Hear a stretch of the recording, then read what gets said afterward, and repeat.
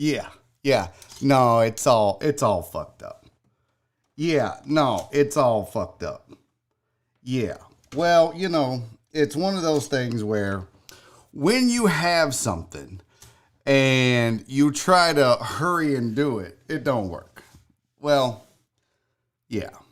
I'll just go fuck myself. All right. Hey, what's up, everybody? Yeah, I know there's no goddamn video right now. Trust me when I tell you.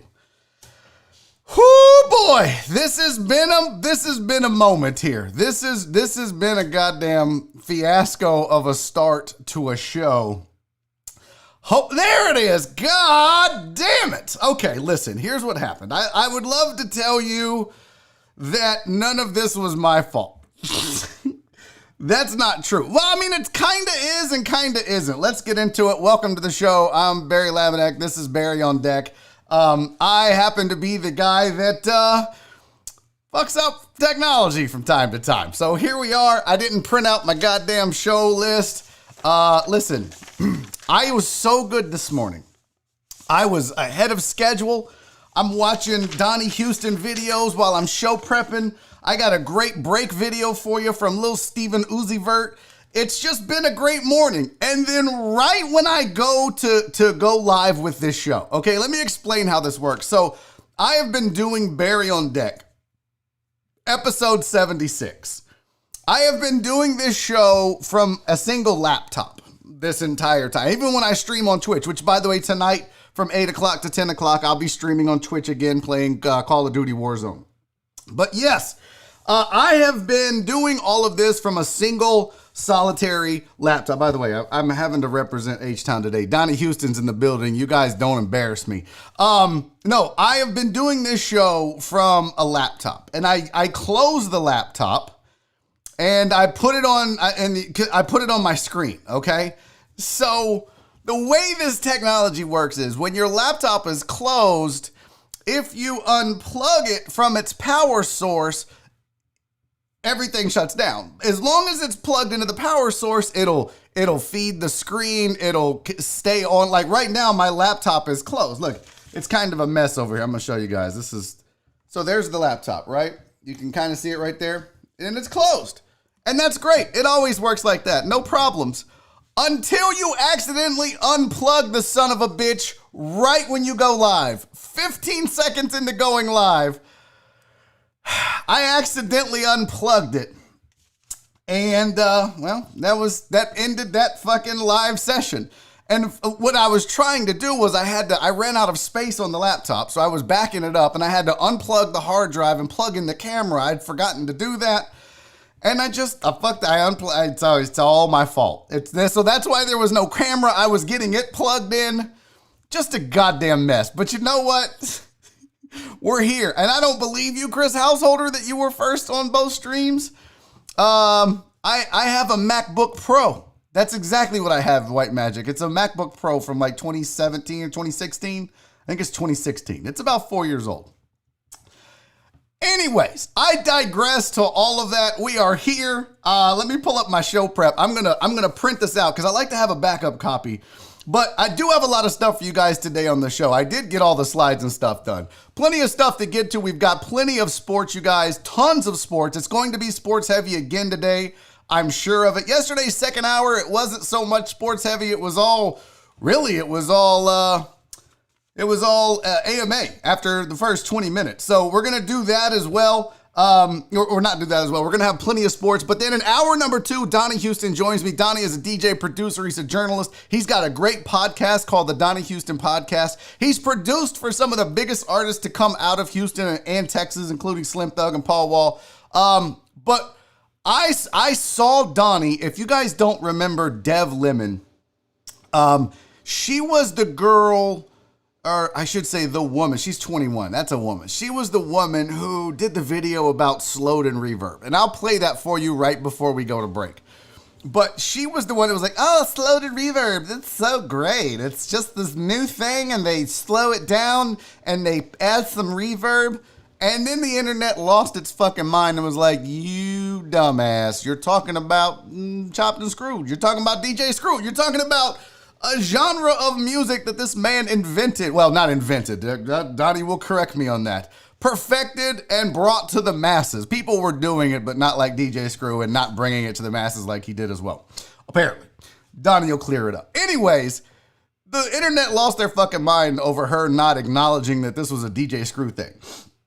That this was screwed and chopped. So, Donnie Houston doing his podcast, and his podcast is really about representing and providing information about the Houston hip hop culture to the masses, because as he said to Bun B, I believe in an interview, look, the source ain't down here. The source isn't doing it, so I'm going to do it. So it's a great podcast. It's called the Donnie Houston Podcast. Check it out. But he had her on. He had Dev Lemon on and completely was just the most gracious human being you could ever be in a situation like that. Educated her on DJ Screw and the Houston hip hop culture from the DJ Screw era on.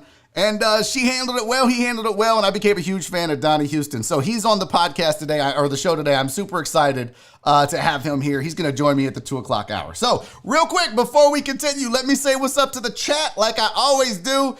I don't know if Chris Householder was the first in. I'm going to assume no, because he's a liar. But what's up, House? Wallace Wiltz is in here. Rule number 1, never be number 2. Okay, that works. Fake Tony Stark, what's up, buddy? Underrated Mess is here. Crystal Collins, who you calling a bitch? Hey, Crystal. How you, sweetie? Mod Reverend Lord Householder. Okay, I don't know what that is. Let's see. Chris Reyes is here. Aaron J. Bryant. Demetrius Mata. Francisco. Embarking on a new journey in life. What's up, buddy? Justin Kelm. What's up, my friend? Clarence Marshall. Cowboy Fam. Robert Likes Beer is in the building. Jesus Perez. Wallace Wiltz. John Dory. Uriel Villanueva. Stuttering Oliver. Clarence Marshall, what's up, man? You two being hoes. Nope, that was my fault, Clarence. It was all me. And yeah, it was all. I gotta be a better tech guy. I really do. I gotta be a better tech guy. Charles Garza, Richard Vales, Gregory Vega Jr., what's up, man? He says, seems like some technical difficulties today. No big deal. We will prevail. Eventually we will, buddy. Eventually we will. Luis DeLeo, one of my chat moderators, along with Jeremy Benninger and Chris Householder is in the building. Eric Resendez, what's up? Come on, Barry, you can do it. PK, what's up, girl? Danny Ariano, I see you. Jen, hi, Jen. I'm sorry, Jen. I know. What's up, Hugh? Terrence J, what's up, man? Kevin Wallace, Fidel Limon. There's Jeremy Benninger. Jeff Bell, what's up? Y'all, I'm expecting Joe Pro in the chat. Joe Pro said he was going to hang out with us. He watches every video after the fact and always comments and support and likes it and all that. But he said he might hang out with us today, so that would be cool. Cowboy Fan, what's up? Who else did I miss? I think that's it. Dr. Dre on 290. What's up, man? Okay, got to keep moving. Here we go. Keith Sager, I see you, buddy. Tons of stuff to get to. Here, let me grab my printout real quick. Because if I lose power again, that's going to be bad. Speaking of losing power, here's the deal, you damn dirty deckheads. Yeah, that's the other thing. I forgot to, I just turned it on, but it's going to be rough. Let's talk hurricane for a second. Okay. Let's talk about what's going on in our city. Let's talk about what the plan is going forward. Let's talk hurricanes. One, I see your Joel Osteen memes. So thank you for tagging me on them. As you guys know, I did a joke a year after Hurricane Harvey, not quite, about Osteen, and every time there's a hurricane or a flood, or I get tagged on tons of memes. And you know what? I'm good with that. I'm good with that. That Joel Osteen video kind of went somewhat viral in the city, so fuck it. If that's what people know me from and tag me for, I'll take it. I don't give a shit. But let's talk about the hurricane for a second. We don't know what's going to happen yet. I will say this about specifically this show. I know that this show, in the grand scheme of things, is inconsequential. I probably, if I lose power, I'm just not going to be able to do the show. I talked to PK when she came out to my comedy show on Saturday. I was like, I thought about going to the front of the subdivision and just doing it on my phone, because I literally get no signal from the house on my cell phone. I get none. Like I have 1 bar and it's not even 4G. So it's not going to work. However, if it's possible, What I might do is check in with like a John Wessling and see if he's got power. Maybe I can figure out how to get him to do the show in my absence. So I haven't even talked to him about that yet, but I'm sure John said he would be down if possible. So that might be an alternative. Otherwise, they're just not going to be a Barry on deck while I don't have power. So unfortunately, that's where we're at on the show, but I plan on making them up so that episode 100 would fall on a Friday. So here's the deal. If we miss 2 days, if we miss, Thursday and Friday, well, damn it, maybe I'll do a Saturday, Sunday show. And then next Saturday, I'll make up the extra one that I need to make up. Wow, you didn't have to. It's almost like you'd rather, Chris, you jerk. Just fucking with you, buddy. So that's the plan. If I can't do it, I'll ask Westling. If he can't do it, there's no shows, but I will make them up. We'll do them on Saturday, Sunday. We'll do them, at night. I don't know. I plan on making them up. I want the 100th show to fall on a Friday. All right. That's just how it's going to go. So, and yes, I have a generator, TJ. The problem is I don't know if I can get the cable modem working. Maybe I can. Maybe I'll try to figure it out. Okay. I have a manual. I don't have like a whole home generator, but I have a manual generator. Yeah. So Joey Geiger, good for you for going north, buddy. Smart man indeed. And that's what I wanted to talk about as well. If you're in the area, especially the 409 Beaumont area, Galveston, the Golden Triangle, get the fuck out. I would much rather you guys leave for no reason than to be like, it should be okay. Like, seriously, don't risk it. It's not worth it. Get the fuck out. Okay? What's the 3 things I say when I close this show? Oh, that's the wrong side. My hat always looks crooked on this fucking thing. What is the 3 things I say? Be safe, be kind, love each other. Be safe. Be safe means if there's a fucking hurricane coming and you're in the path or the potential path, get the fuck out. Okay? So don't bullshit. Don't try to be a tough guy. Don't try to be a hero. Just go north. Just go north. And you come back and live to fight another day. All right? That's important. Also, none of you sons of bitches better drive your car into a puddle. I swear to God, if I find out that there's a goddamn deckhead that lost their car in the flooding,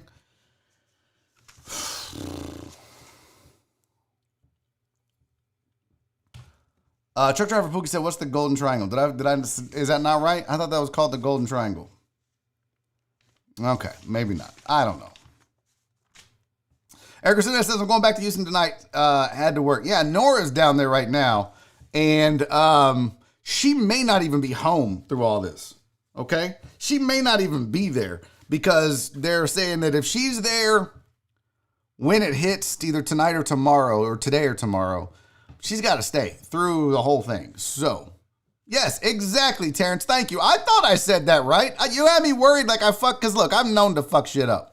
So I thought, oh, fuck, is it not called the Golden, what is it called? The Redneck Triangle? What the fuck is it called? The Triangle of No Teeth? I don't know. I love you guys. Look, there are some country ass people, not y'all, but there are some country ass people. Okay, I've been out there. Oh, thank you. It's the Golden Triangle. God, man. Charles Gardner said, "I'm preparing CC, but nothing yet. If it moves, we're more west. The family is leaving." Okay, good. You guys need to take care of yourselves. Please, all jokes aside, please take care of yourself. And don't be like, well, we're going to ride it out. Nope, don't be that fucking guy that's on the roof of your house and like, you didn't come get us. Well, motherfucker, you said you'd ride it out. Don't be that guy. Honestly, if you're told to evacuate and you don't, I want you to know. This goes for deckheads. This goes for anybody. If you're told to evacuate and you don't, and then you end up on the roof of your house, I don't feel sorry for you. I don't. Like, they fucking told you. It's like, it's on the headlines, but it's like Usain Bolt. Oh, hell, I'll show you one of your sports headlines for the day. Usain Bolt at a mask-free birthday party. He got the Rona. I don't feel sorry for Usain Bolt for getting the fucking Rona. Your dumbass had that party. Nobody wore a mask. That's on you, Bolt. I'm sorry. And if you're stuck on your roof because they told you to evacuate and you did not, that's your dumbass's fault. And I don't feel sorry for you. Luis Delay said, after we know you're okay, you will be the bottom of every joke. That is a fact. I'm gonna fuck with you. If you drowned your car or you end up on your roof and you're a deckhead, I love you. I will come get you. I will help you. I will do whatever I can. But I am going to roast you and make fun of you for the rest of your life watching this show. That's just how that's gonna go. So get the fuck out. Dr. Dragon 290 said, how's truck driver Pookie a truck driver and doesn't know about the golden triangles? That last part was unnecessary. That was unnecessary. All right, guys, let's get to some sports. We do got a lot of shit to get to. Here's your headlines for the day. Actually, Hurricane Laura has forced MLB to postpone the Astros-Angels game on Wednesday. They will play today. I do believe it's a doubleheader, if I'm not mistaken. I got to pull it up real quick because, to be honest with you, I haven't been looking ahead. I've been paying attention to the existing games, but I haven't been looking ahead at the schedule. But I thought they were scheduled to play too. Yep, they are. So you've got first pitch at 3:05 today, and then 6:05 is the second pitch. So what that means is since they're playing two today, as I surmised, that's going to be 2 7-inning baseball games. It'll be interesting to see how Dusty Baker handles that. You may not see a bullpen as long as Dusty will leave an arm in. My God, can you take Fromber out at some point? We'll get to that. Other headlines of the day include Porzingis' knee is still bothering him. He's ruled out for Game 5 versus the Clippers. I told you about Usain Bolt testing positive after a mask-free birthday party. The Sixers have fired Brett Brown, and Elton Brand, their GM, has also said he's not looking to trade Ben Simmons and Joel Embiid. So those guys are part of the nucleus going forward. I don't know. I mean, look, I get it. You don't give up on players of that ilk, but you've tried it, okay? You've been there, done that. At this point, do you feel like that these guys can coexist and bring you a championship? And if you're Elton Brand, that's what you need to be asking yourself. Can these guys, can the city of Philadelphia count on Ben Simmons and Joel Embiid to bring them a championship? And as it stands right now, I don't think so. If you can get value for Ben Simmons, or if you could get value for Joel Embiid and get a complimentary piece, why wouldn't you? I mean, I'm not saying trade both of them. You need stars. But maybe bring in a younger star. Do like what the Rockets did, right? Go find your James Harden. Go find your sixth man. Go find your third role player on a squad that's young. That could potentially, hell, maybe you could pry Devin Booker away from the Suns. I doubt it, but maybe. I don't know. But do something.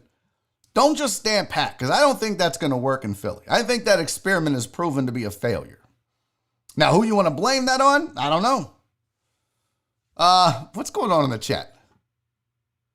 It's what's going on in the chat? You guys are having too much fun. I don't even want to interrupt it. Sometimes the chat just does its own thing, and I'm good with that too. Don't even, because you might be watching this later going, I don't see no fucking chat. I'm not going to worry about them boys. They're having fun over there. Just let them have their fun.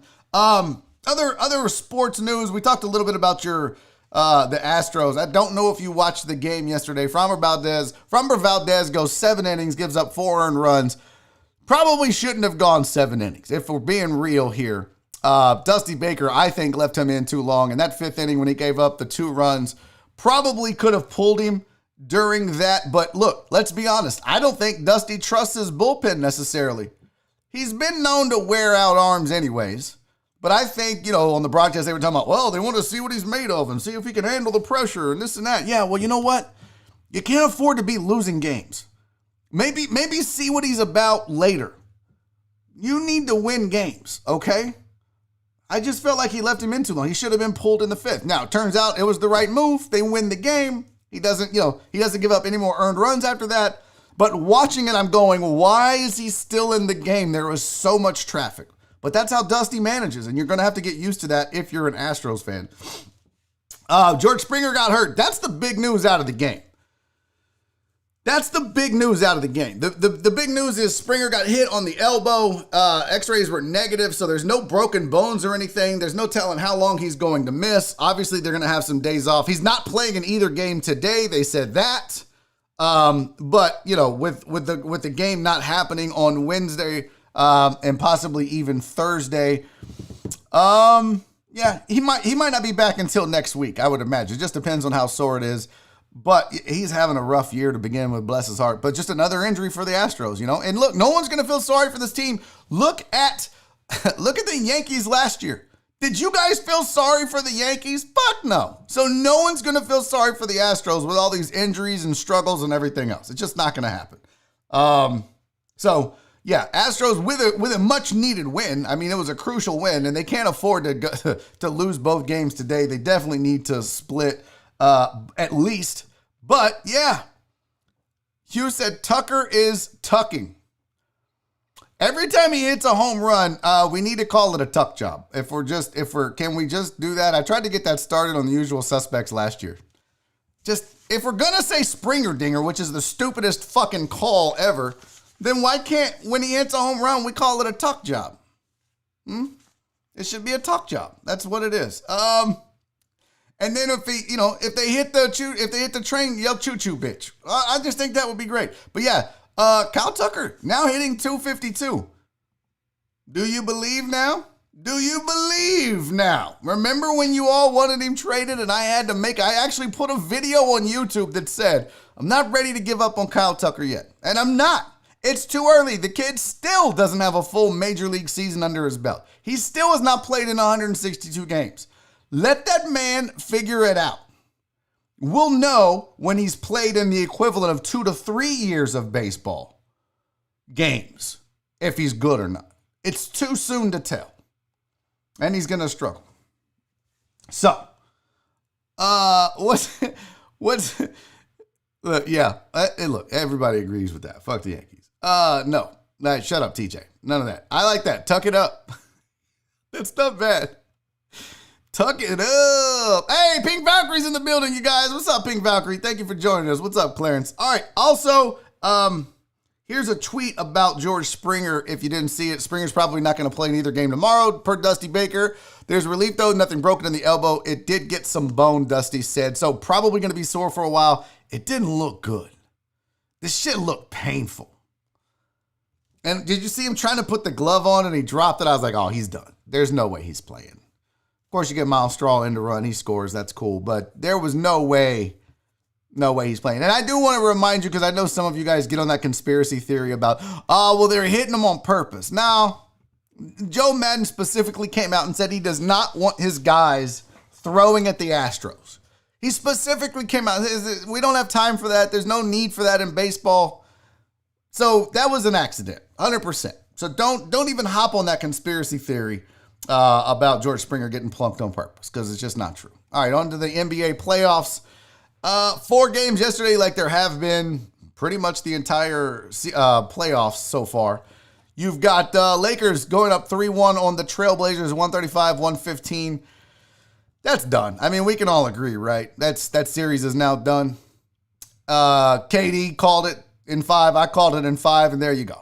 It's probably going to, I think they win next game, and that's a ball game. That's Lakers in 5. Bucks over the Magic, 121-106. That series now pretty much over, 3-1 Bucks. Heat sweep the Pacers. That surprised me. Not going to lie. I would have picked the Heat to win that series, but I thought it would have been a lot closer. I thought the Pacers would have won some games. Not the case, but oh well. What can you do? That's what it is. So Rockets drop a tough one to the Oklahoma City Thunder, 117-114. That series is now tied up. And folks, I'm going to be the voice of reason here. I'm here to tell you not to panic, all right? I understand it was 117-111 that Daniel House hit that three-pointer at the buzzer, and that really doesn't count. It wasn't a three-point game, that it wasn't that close. But there were also some meaningless free throws at the end. This game was lost in the last minute and a half to 2 minutes. And it was also lost a little earlier than that. Now, Rockets shot pretty well. And I know that you guys, their shot, they literally went cold from the field about midway through the third quarter. And they still managed to only be outscored in the fourth quarter by 4 points. What failed the Rockets is not their three-point shooting. I know you want to say it is. I know you do. I know. That's not what failed this team. Their defense did. Their defense let them down. That was the problem. They didn't show, they lacked effort, they lacked hustle. They also made some boneheaded ass plays. If you'll recall, I think they were down by 1 with about a minute to go. They get the rebound. James Harden gets it, throws the outlet pass. It gets stolen bucket on the other end. Thunder go up 3. Pivotal moment in that game. Not defense related, not shooting related. It was James Harden making a boneheaded pass that he should have just dribbled the ball up the court. He was trying to start the break. I get it. Shit happens. The other team is on the court too. They're going to make plays. The Rockets defense let them down. Their effort let them down. Their hustle let them down. If they would have gotten blown out, if this was a 40-point loss like the Mavs game, that Mavs series a few years ago, then blame the system, blame the shooting, blame the concept of small ball. But I saw so many people talking about that on Twitter and the Discord and everywhere else. This has nothing to do with the system. It has nothing to do with small ball. It has nothing to do with anything other than the fact that they fucked up in the last minute to minute and a half. They failed themselves. They shot almost 40% from 3 for the game. You have to remember, 39.7% from 3-point range. Okay? That's the thing about this. The Rockets understand that it's the law of averages, all right? The law of averages. And yeah, Dr. Dre on 290, I'm not going to dispute that. Harden has zero killer instinct, no heart. He also tends to nut up a little bit when the pressure's really on. Now, he did hit a big 3, if you'll recall, just like a crazy 3 that got him within 2, even though that was pretty much over at that point, but he still knocked it down. Still knocked it down. So you got to give him credit. But the thing, the issue for me with the Rockets is you have to have that intensity every single game. They know this is a law of averages in the way that they play offense, right? They know that, yes, we're going to shoot 56, to 60 3-point shots a game, and about 35% of them are going to go in.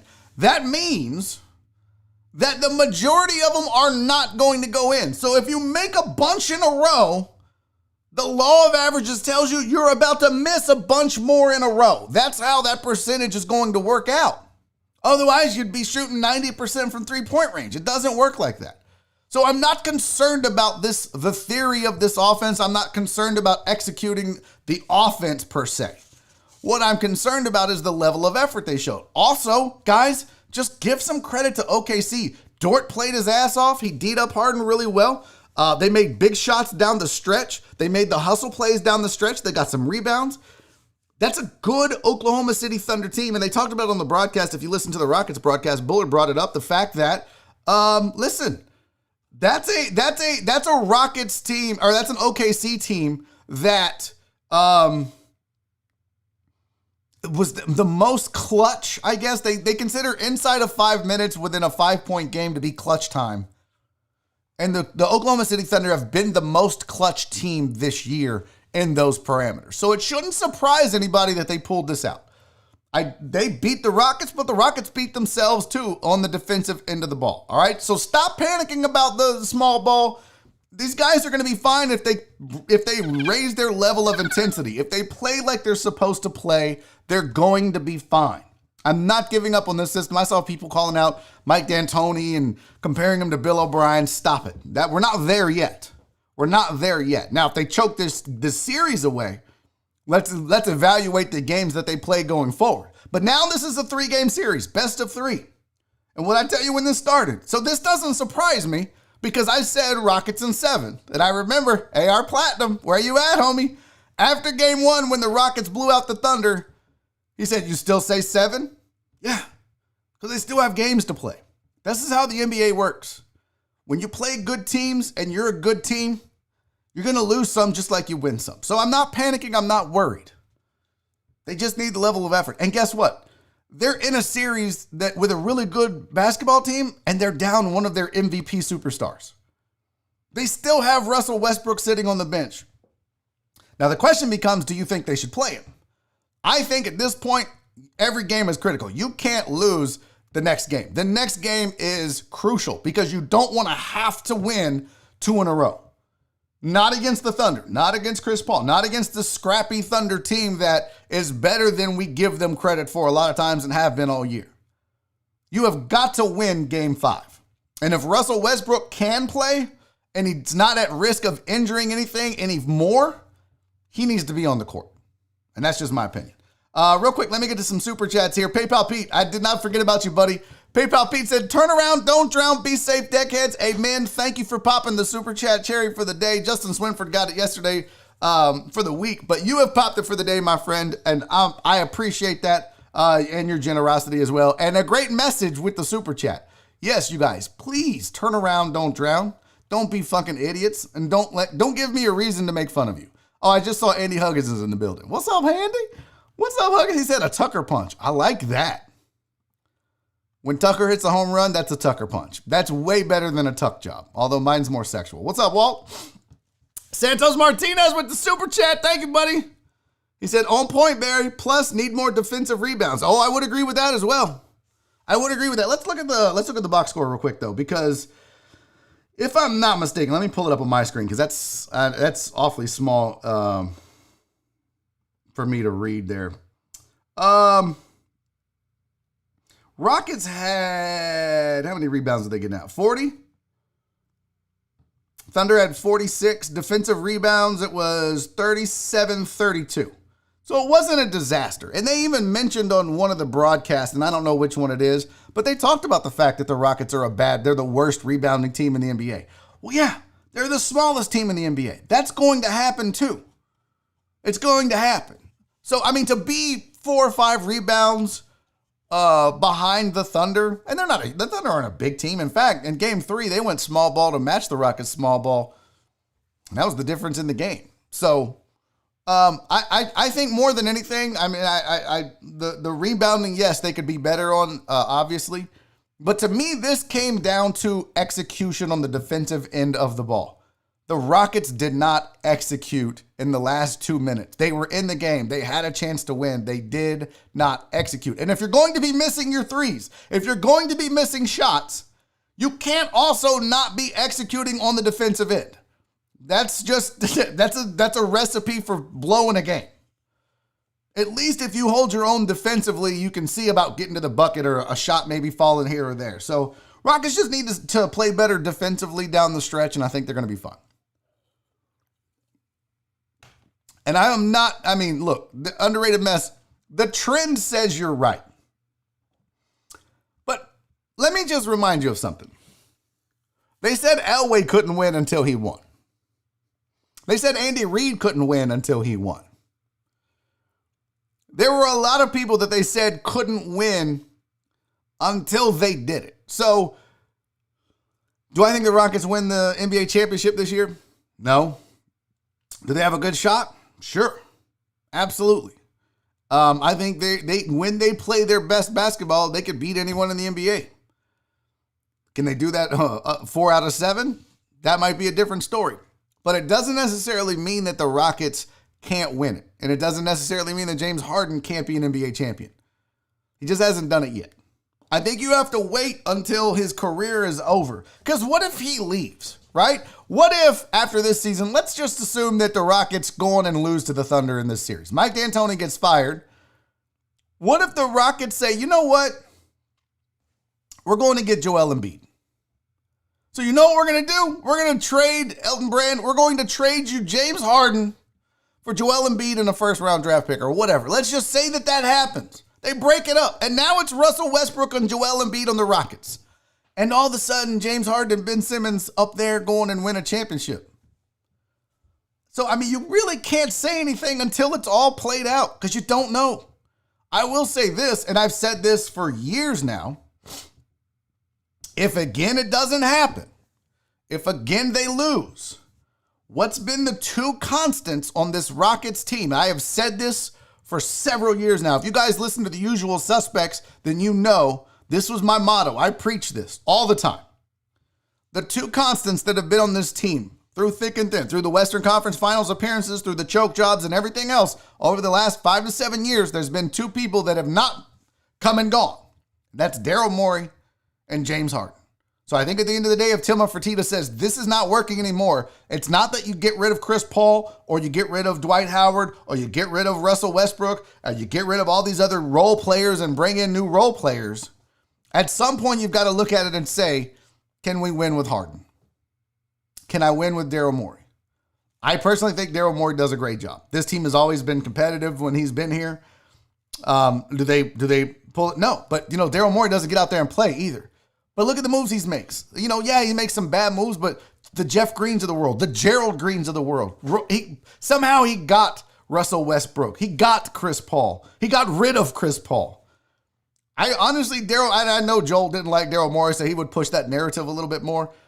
But those are the two constants. So if you're really going to look at the failures of the Rockets over the last several years, those are the two guys that should bear the burden of the blame. Now the question then becomes, do you think you can win or not win with either or both of them? And do you get rid of them? So I don't know. White Magic said Harden's a younger, more flashy Melo. Great scorer, not a winner. So far? That's accurate so far. But when he wins a championship, are you all going to apologize? Are you all going to say you were wrong? I doubt it. You'd be like, I knew it. Total Dallas said, take it from the Mavs fam. Do not change GMs. Yeah, I think Daryl Morey is good at his job. I really do. I think he's a good GM. I think he's done the right moves. Underrated mess said, Barry, Elway and Andy Reid comparisons. Harden is old after this year. I'm going to disagree with you. I don't think he's old yet. I think I think he's still in his prime. I do. All right, let's move on. I didn't get to this yesterday. I wanted to talk a little bit about this Earl Thomas situation. As you guys know, Adam Schefter reported it, but I'm sure you've heard the news. Earl Thomas has been released by the Baltimore Ravens. The tweet from Adam Schefter said Ravens are moving on from Pro Bowl safety Earl Thomas. Today, sources tell ESPN they either will release him for conduct detrimental to the team, punching safety Chuck Clark, or trade him. Dallas is the leading contender if he's released, per sources, but his time in Baltimore is over with. The crazy thing about this, first of all, let me just tell you that there's plenty of articles out now that say no, that the Cowboys are not interested in Earl Thomas. So we'll see. I think there were some insiders that said if he went to Dallas, it would be an absolute Jason Lockenford said it would be a disaster, and not just for Thomas, but it would be an absolute disaster for that team if he goes there.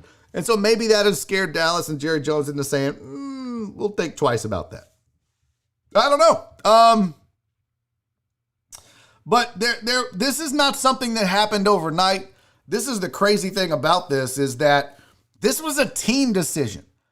This was not a GM decision necessarily. This was a team vote decision. This is what the team said. Look at this. So they said this has been coming for a long time, said one team source. Guys have been frustrated about the situation since last year, and it was only getting worse. He had to go. Somebody else quoted it and said, easily the most disliked guy in that locker room. Speaking of Earl Thomas. That was one source who has been in contact with a multitude of Ravens about Thomas. Not even close. They put him up. They put up with a lot last year, but it's all about trying to win a Super Bowl there now, and guys did not want him around. It was really bad way before the thing with Chuck Clark. That speaks volumes about Earl Thomas and where he's at. You got to wonder, do you want that in your locker room if you're Bill O'Brien? Remember, there was an article that came out where Bill O'Brien basically passed on Earl Thomas and said he doesn't want to play football. He's not interested in playing football. That was his evaluation of it.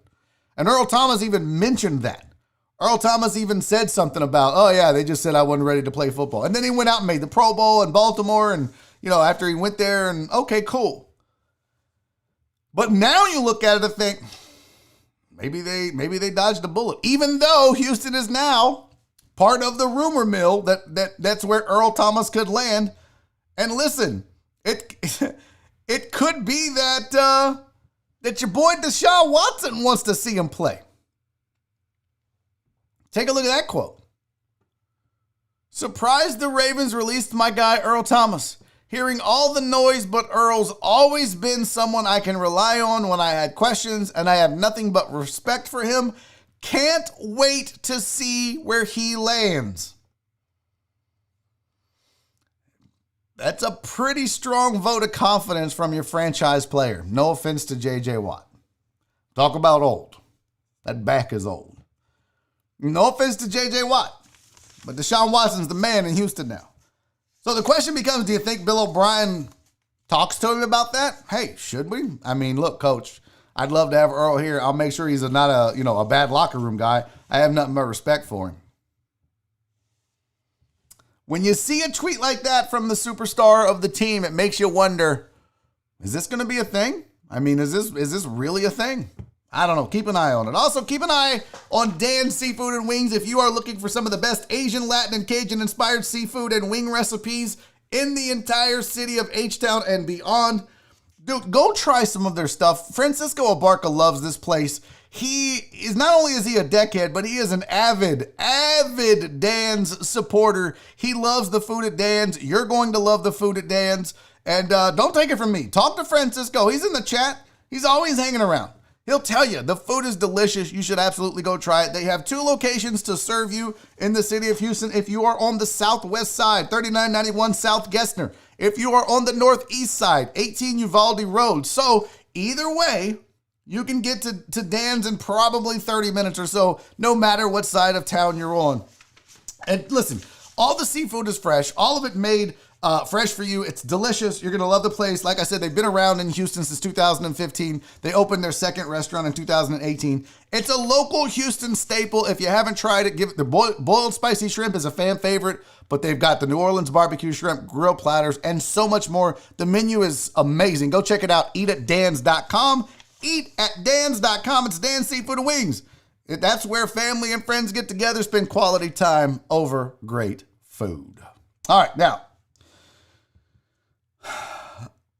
Donna said, it's not good when Beaumont, Texas is trending on the Twitters. Yeah, that's not good. House, that's not a John 7:44, eat at dance. No, that's not a Bible verse. It's not a Bible verse. What am I missing in the chat here? I did see something from Patrick Randall. Hot take! Oh, by the way, what's up, P. Randizzle? Long time no see, buddy. P. Randizzle said, hot take, James Harden should shave off his beard and be more aerodynamic. You're so stupid. You are so dumb. Lord House, Chris Householder said, remember, he's lost to the Warriors 4 times. No one was beating them. Yeah. And if he would have had Chris Paul's help, do they win? We don't know. It's highly likely that they do. One more thing. I mean, I wanted to do this sports thing. Fuck it. Look, the AP Top 25 is out. This is the top 10. All right. This is the top 10. Clemson is preseason AP poll number 1. Ohio State number 2. Alabama number 3. The Georgia Bulldogs number 4. OU Sooners are 5. LSU Tigers 6. Penn State 7. Florida Gators 8. Oregon Ducks 9 and Notre Dame 10. If you'll notice, there's some asterisks by some teams here. Ohio State, Penn State, Oregon. Those teams have canceled their games for the fall season. So 3 teams in the top 10 have said that they're not playing football. It gives you hope. If your team wasn't one of the teams that either made the top 25 or made the top 10, it kind of gives you hope that if there is football, if there is a season, maybe, just maybe, our team ends up in the top 10, top 5, maybe even a playoff game. Here's some more. I pulled it up just in case you want to see it here. 11, Auburn, 12, Wisconsin, 13, A&M. That seems a little high. 14, Texas, 15, Oak State, 16, Michigan, 17, USC, 18, North Carolina, 19, Minnesota, 20, Cincinnati, and then the last 5 is UCF, Utah, Iowa State, Iowa, and Tennessee. So there's your top 25. Other schools that got votes included Baylor and TCU and some of the others. A little surprised K-State didn't get higher on this list. That's one of the teams that I thought you might see maybe crack the top 25. We'll see. So there's your top 25. Wanted to get that out of the way. We haven't had a chance to talk college football. But guys, the good news is, the exciting thing is, we're planning fantasy games. We're talking AP top 25 preseason polls, Football is close. Now, whether there's fans in the stands, whether there's our ability to actually go to the games and watch or having to watch them from home, I can tell you right now, if you're a tailgater, you ain't tailgating. It ain't happening, okay? But football is football. I would rather watch from home than not have football at all. And I think most people would agree with that. And I do want to say one more thing. Wow, this whole hour was sports except for the tech problems and hurricane talk. I do want to say one more thing, though. I've watched the Big Ten from afar as far as handling this pandemic. And I'm seeing all these parents and these players and the protests and the marches and the demands that they play. And I a part of me thinks it's selfish. A part of me watches this and says, why are you so adamant about making these kids play football? If these people in charge, I don't know why my nose itches all the time on the show. If these people in charge have listened to medical professionals and those professionals have advised them to not play football, why are you so adamant about this? It's 100% selfish. If we're being honest, all these players, all these parents, all these coaches, it's 100%. The coaches want to get paid. They want to play football. They want to win championships and build resumes and be able to recruit because they know if you're not on the field, it's going to be tougher to recruit.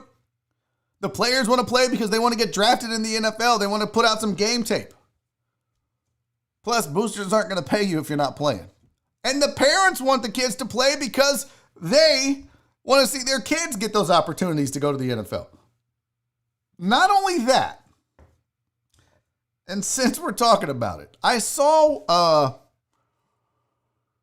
a commercial, and they were talking about, it was, speaking of selfish. Hey, what's up, Patrick McClellan? Welcome to the show. He said James Harden actually goes by Jim Harden. No, that's not a thing. Yeah, Pete Jones, we talked about it. Tomorrow's game is canceled. Mentioned that top of the show. Or maybe mid-show. I saw a commercial, I think it was for Jim Cornyn. He was like, Jim Cornyn knows the importance of getting back to school, getting our kids back in school. I don't have kids. I have a cat that I wish I could put in school.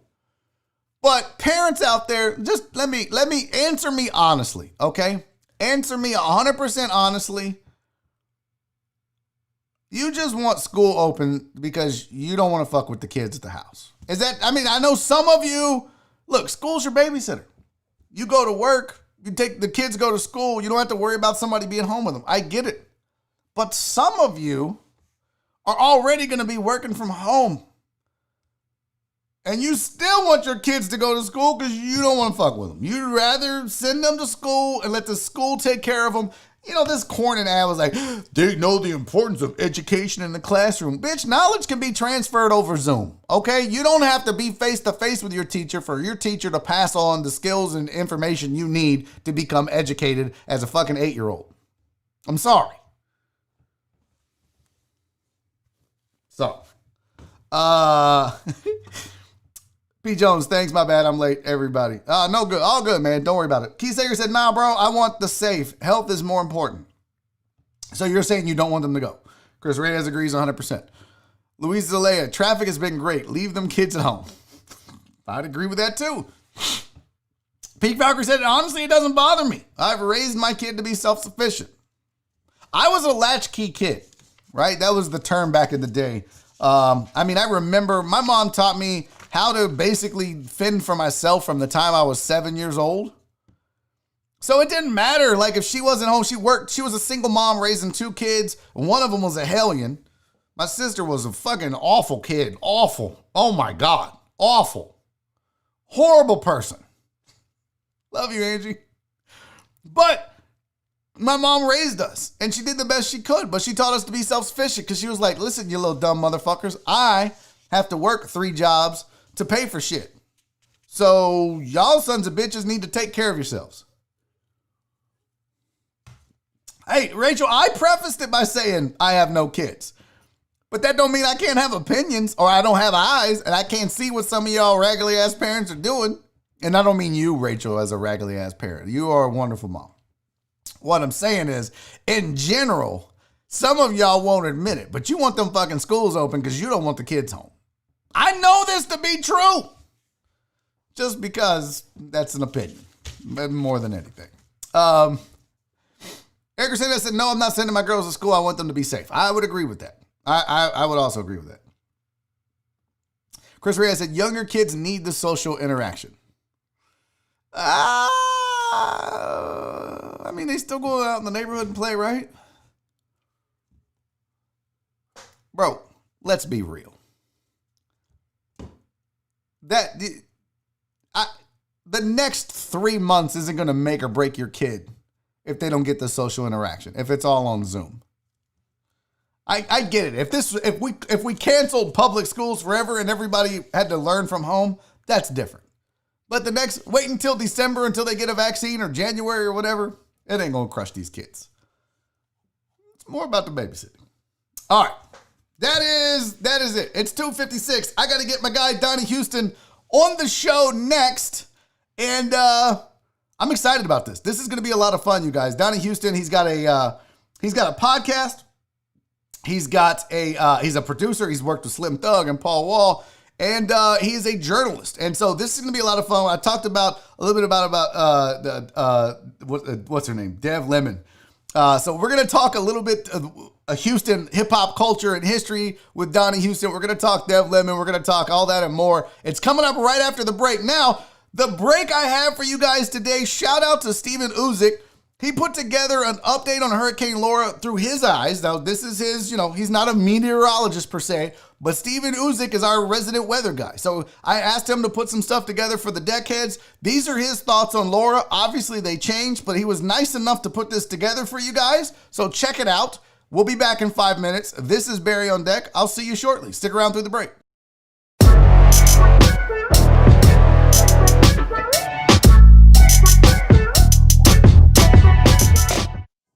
Hey everyone, Steven Uzik, aka Steven the Weather Guy here.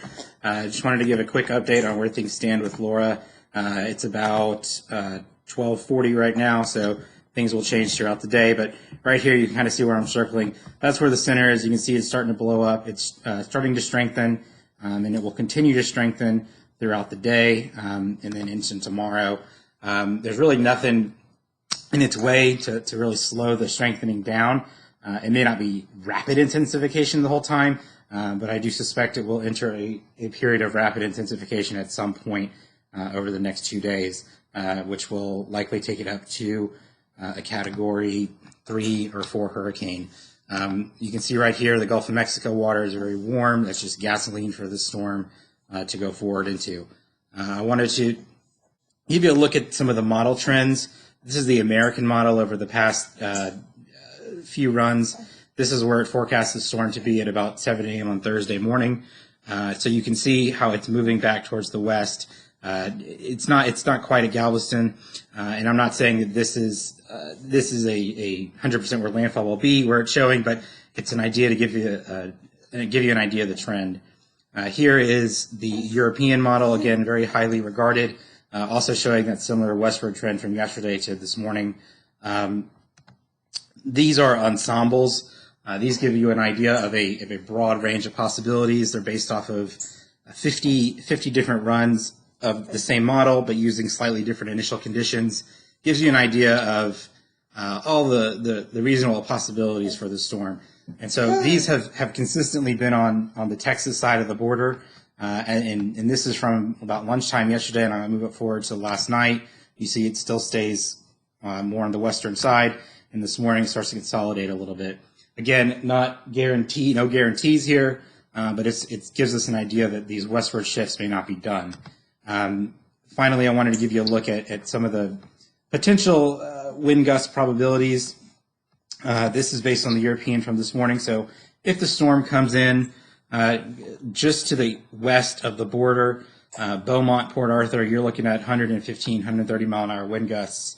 Closer to Galveston, 80, 90, 100 mile an hour gusts.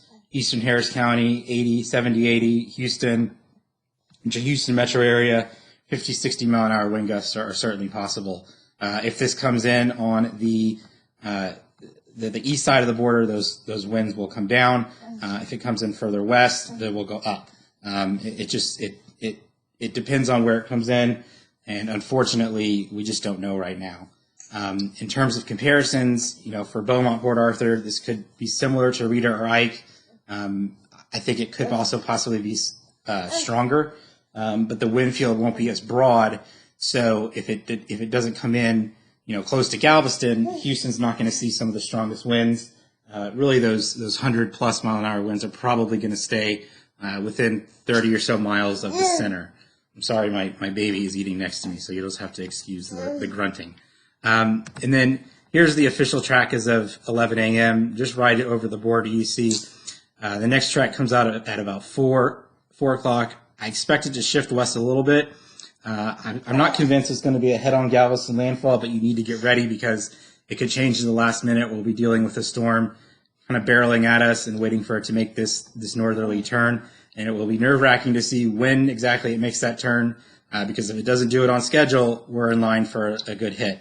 The cone is a bit broader than this shows in terms of uncertainty. The cone is a preset size based on average air, but with so much uncertainty of the storm, really the cone should probably extend out farther out here. So we are still very much at risk in the Houston area. Beaumont, this is a life-threatening situation if you're not in a sturdy structure. So please make your plans now. I'll be back in a little later, probably on Discord, or get me on Twitter at Steven Music with more updates.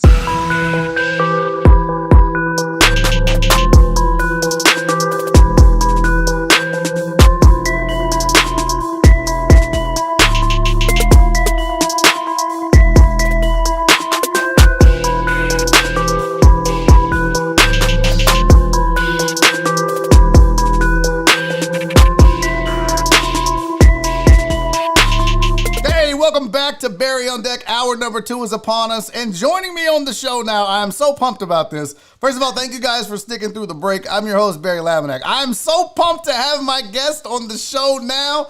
You guys know how much I love Houston hip-hop. You guys know how much I love what our city represents from a hip-hop perspective. So joining me now on the show is a man that has become kind of the go-to resource for hip-hop in this city from a journalistic perspective, from a podcast perspective, and from a beats perspective. He does it all. He's a producer. He is a journalist. He has a podcast called the Donnie Houston Podcast. He's worked with some of the biggest names out of this city, out of this state. Donnie Houston, welcome to the show, man. Hey, man, thanks for having me, man. It's an honor to be on here. How you doing? I'm good, man. I'm really good. Listen, I got to be honest with you. I hadn't heard of the Donnie Houston Podcast until someone shared it on Twitter when the whole Dev Lemon thing happened. And they shared a clip of you and Dev. And I was an instant fan. I was like, yo, this dude gets it. Like, you handled that in such a professional way that I was blown away, which made me start watching other videos. And I was like, oh my God, this is what we've been needing. This is what I've been dying for as a hip hop head from Houston. So I'm a big fan, dude. Thanks, man. Thanks. I appreciate it, man. Well, look, let's talk about this Dev Lemon thing. I didn't run the video at the break. That's what I wanted to start with, but I'm going to run it real fast. I'm just going to put it on the screen. The people are going to get to watch it for a second because that's kind of the setup for what I wanted to talk about first because we got a whole hour. We're going to talk about all kind of shit. But I wanted to talk about this first. So let me run this video real fast. This is what Dev Lemon said about slowed and reverb. That makes me nauseous just saying that. Dude, we love slowed and reverb songs so much. No sleeper seats, that's a mattress. The slowed and reverb phenomenon refers to the remixing style in which one will slow down a song to anywhere between 80 and 90% speed and manipulate the acoustic environment of the audio. One of the originators of this sound is the producer Slater. What's your real name? Slater. When you slow down a normally upbeat song, like 20 Minutes by Lil Uzi, this puts the song in a totally different context. The slowed pace gives it a more personal sense of sadness. That's enough. Listen, that's hard to watch. So that happened, Donnie, and then obviously, like the internet does, they were like, hold on, bitch. Do you not know about DJ Screw? Do you not know what's been going on in Houston since the early 90s? And the internet checked her, and it got ugly. She said she got death threats. I didn't know that until I watched your interview with her. She said she got death threats. But I will say this. I thought she handled it well. I thought you handled it well. Walk me through the whole process of how that interview came to be. Oh man, so there's a guy who watches the show, man. I don't want to give his wrong name out, but he hit me up. We've spoken now, so we're cool now. But at the time, he was just someone I knew, from watching the show. And he hits me up and he's like, "Hey man, I think I can get like contact to the girl with the whole slow reverb thing if you want to talk to her." I'm like, "Yeah, that's cool. I'm not even really thinking nothing of it. You know what I mean? Just like just literally randomly hit me up." And so maybe 5 minutes later, she follows me on Instagram. I follow her back, get her email. We email back and forth. She gives me a number. She wanted to like prep the day before. I guess she thought I was gonna like attack her or something. You know what I mean? And so, I mean, at that point, can you blame her? I'm sure her fucking inbox just was. Oh, you know what I mean? Yeah, she probably didn't know what to expect. And so when I spoke to her, like the first thing she said, she was like, "I am so sorry." And she was just genuinely, apologetic. You know what I mean? And I was like, with these type of situations, it could be what everybody kind of assumed it was like some cultural appropriation, Karen bullshit. You know what I mean? Or it could just be a ill-informed kid. Ignorance, right? Like, I mean, look, there's all kinds of ignorance. And some of it is innocent, right? I mean, you can just not know. Man, look, if it wasn't for having old records at the house, I wouldn't understand the importance of guys like James Brown to hip hop, and so I mean, like, I was fortunate, but a lot of people don't know that. A lot of people don't know, even locally. Like I learned a lot about the origins of DJ Screw and the tapes. I didn't know there were cars around the block. I knew about it, but I was graduating and I was so stuck in Rap-A-Lot mode that you couldn't tell me anything, right? I'm not gonna lie, Donnie, you're gonna kill me, man. When I first heard DJ Screw, and I was like, man, I'm Ghetto Boys. I can't. That didn't vibe with me because it was a different era for me coming up, right? Yeah, but yeah. I love it. I learned to love it, and I love it now because it represents what we are in Houston. So I understand the ignorance of it. When you talk to her, did you go in with the game plan that you ended up executing? Because the patience and the education that you showed was so professional. Was that the plan, or did it just happen that way? Nah, I mean, it was just like one or two things I could do. You know what I mean? I'm like, okay, this is a moment. This is a moment to, like I said, a lot of people were expecting me to like attack her and come with some real aggressive shit. And I'm like, okay, there's that route, or I can just sit down and try to put her up on game. And because I spoke to her previously to that, because we spoke the day before, I knew she was open. You know what I'm saying? Yeah. Like, the energy I got from her when we spoke on the phone wasn't one of someone who was trying to that she was trying to start some shit. You know what I mean? Like once she told me she was born in 1999, once she told me she was from the Philadelphia area, suburban outside of Philadelphia. It's not even Philly. You know what I'm saying? It's like being in Katy or some shit, right? I'm gonna look for one. I'm gonna look crazy up here, going hard on a woman on camera. You know what I mean? Whether no matter how right I am, that looks crazy, especially in this climate. You know what I mean? You motherfuckers not cancel me on my podcast over this shit. You know what I'm saying? Not happening like that. I get it. It's gonna look crazy. Black man going at this little young teen white girl. That's gonna look crazy. You know what I mean? So I was very conscious of that. On top of that's not what I wanted. Mm-hmm. But people did want that from me. You know what I mean? I was gonna say there were probably a lot of people like, please tell this bitch, like, please. I got a lot of that, and I was just like, these same people will hype me up to do this shit, and then I go do it, and they'll be like, man, he went too hard, man. That then you hear her talking, it's like, man, why you do that, man? She just didn't know. You know what I mean? Then you become the bad guy. So it's like I just used my own discernment. Like, okay, I spoke to her. For one, she was extremely apologetic. She really was clueless. And on top of that, between her videos and the time we spoke, I could tell she had done her own research, and there was a thirst for knowledge. So I'm like, let's just sit down and let me just go into this and try to think of as much, without nerding out too much, but as much general information I can give her about the situation. You know what I mean? Yeah. But I was just thinking like, okay, this is just a time to teach. And let me think of everything that, that's why I said I talked about the cars. I talked, all that, just his influence. The and personal him. mixtapes. I thought that was cool that you talked about the fact that that's how they started, is he would make an individual tape for an individual, and then it became what it is now from that, which is amazing. I always thought he just put out mixtapes. I had no idea he had started making individual tapes. That's what I'm saying, dude. It was education for a lot of people, even in this town, that think we know about the history of hip hop in this city, man. And that's what the whole podcast is doing. Right? Yeah. I mean, that's the whole purpose. I saw the thing you did with Bun B where you said, look, man, the source ain't down here telling our story. Right. And that's a great quote, man. That's exactly what you're trying to do, is tell the story of Houston hip hop and the Houston hip hop culture. Yeah. No, that's the thing, man. It's just like, I genuinely enjoy not just podcasts, but just media in general. You know what I mean? All different types of media, different types of interviews. I watch Club, I watch Vlad, I watch Rap Radar, I watch, you know what I mean? Everything. Mm-hmm. Shit, man, you'd be lucky to see some Houston people on there. You know what I mean? Houston might pop up once or twice a year, and then when they come, it's like, man, where y'all been? And it's like, nah, it's still going down out here. It's just we've always kind of been our own. We've always kind of been ourselves, man. And no disrespect, but Houston is more than just Bun B, Travis Scott, and Scarface. Right. No disrespect, because those three guys in their own right are legendary for what they've done for the culture here. But there's a lot more to it, right? I mean, there's a whole lot of the guests that you've had. If you guys really want a history lesson, I know you think you know the history of hip hop in this city.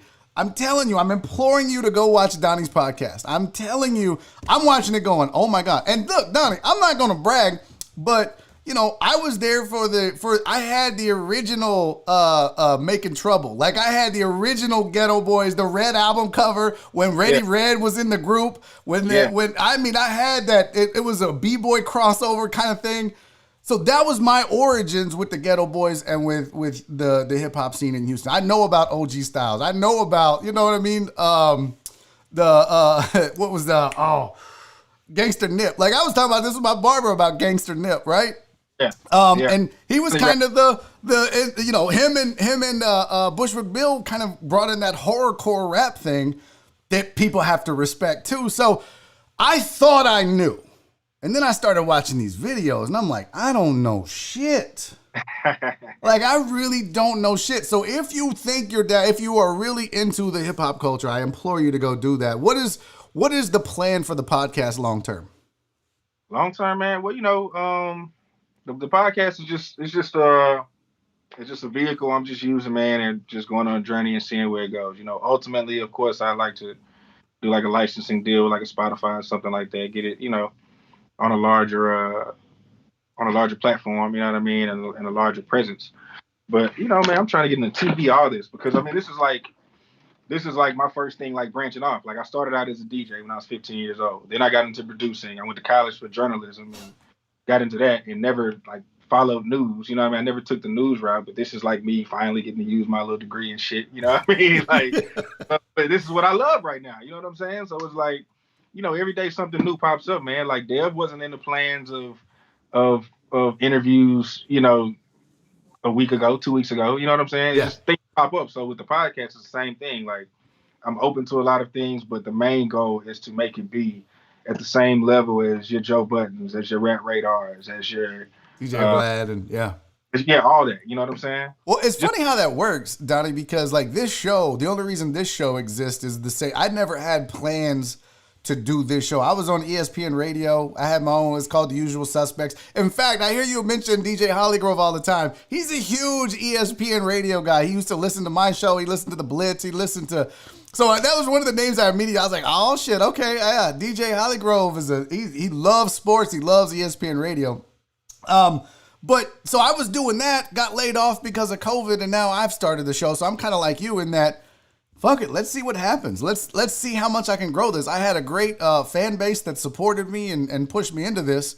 For you, you had the degree, but you weren't using it. Yeah.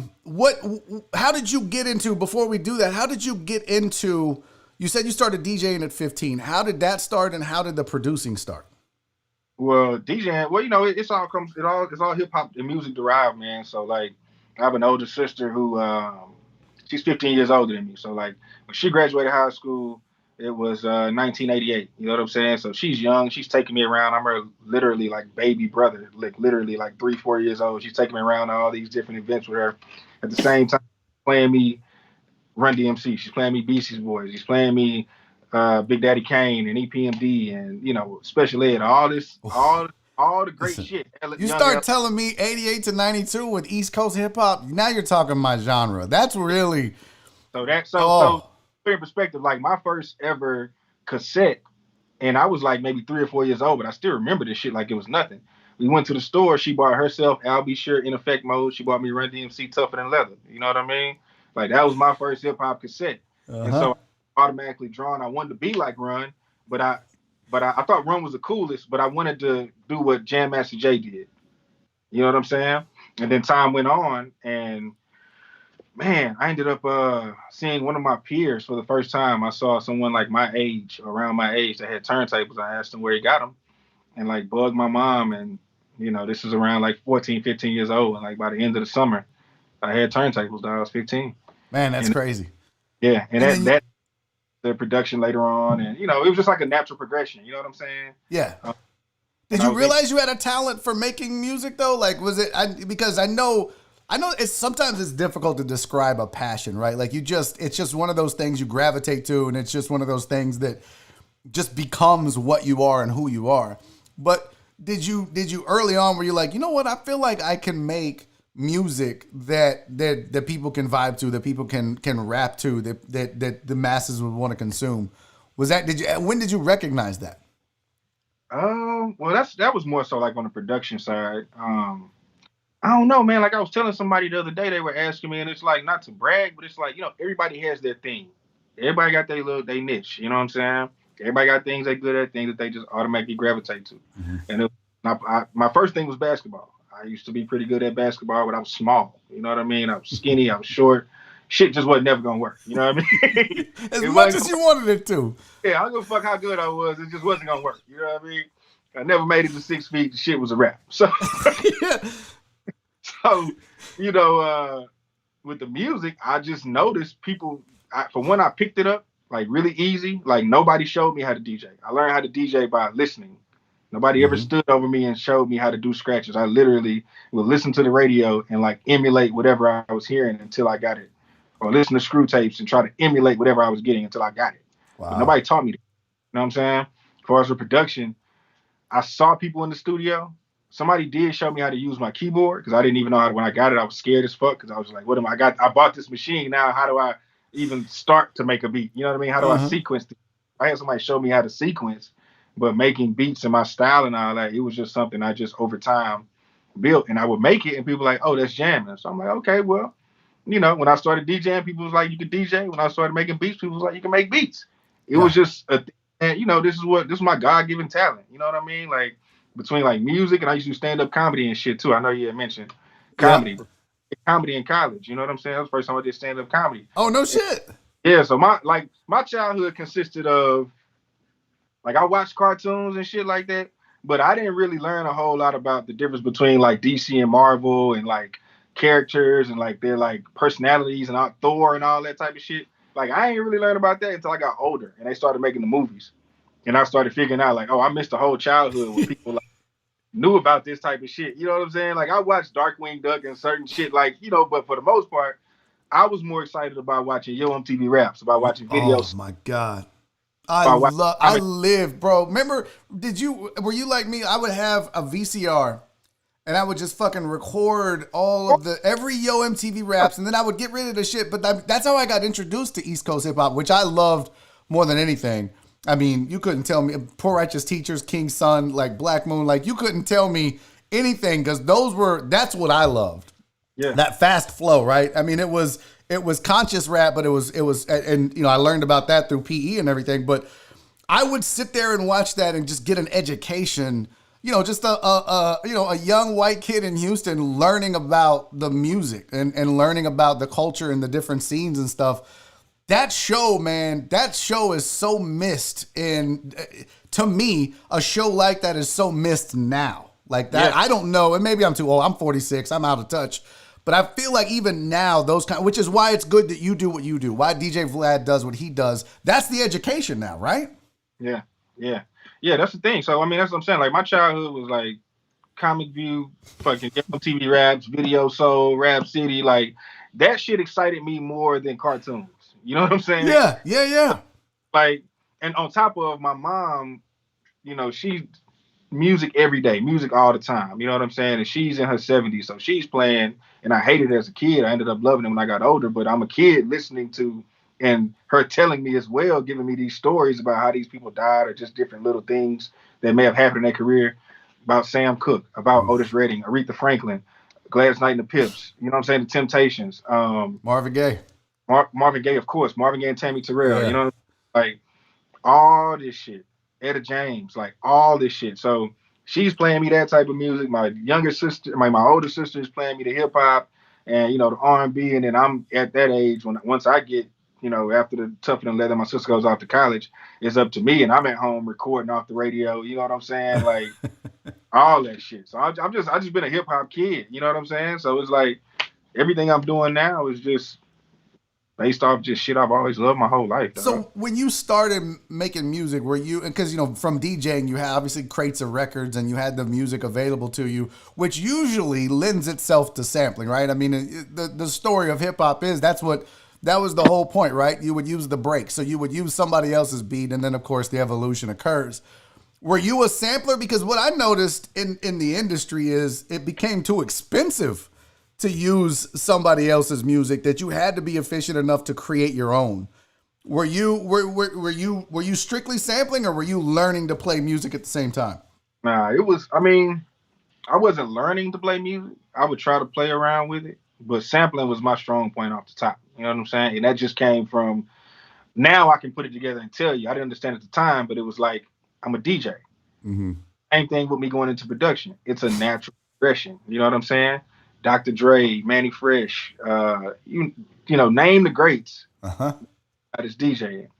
At the same time, all their styles derive from samples. Now, some of them replay samples, some whatever, but it always started with the sample. That's just hip hop shit. So even to this day, I still sample. Some people clear them, some people don't, but I still sample. You know what I mean? You don't worry about that, right? You're like, fuck it. This is the music I want to make. I'll let them clear it if they want it. Yeah. That's dope. That's dope, though, man. Yeah. Are you still active? Are you still actively producing? Man, I just did the record Paradise on Slim. He released his Thug Life album, like when the quarantine shit was first popping off. Mm-hmm.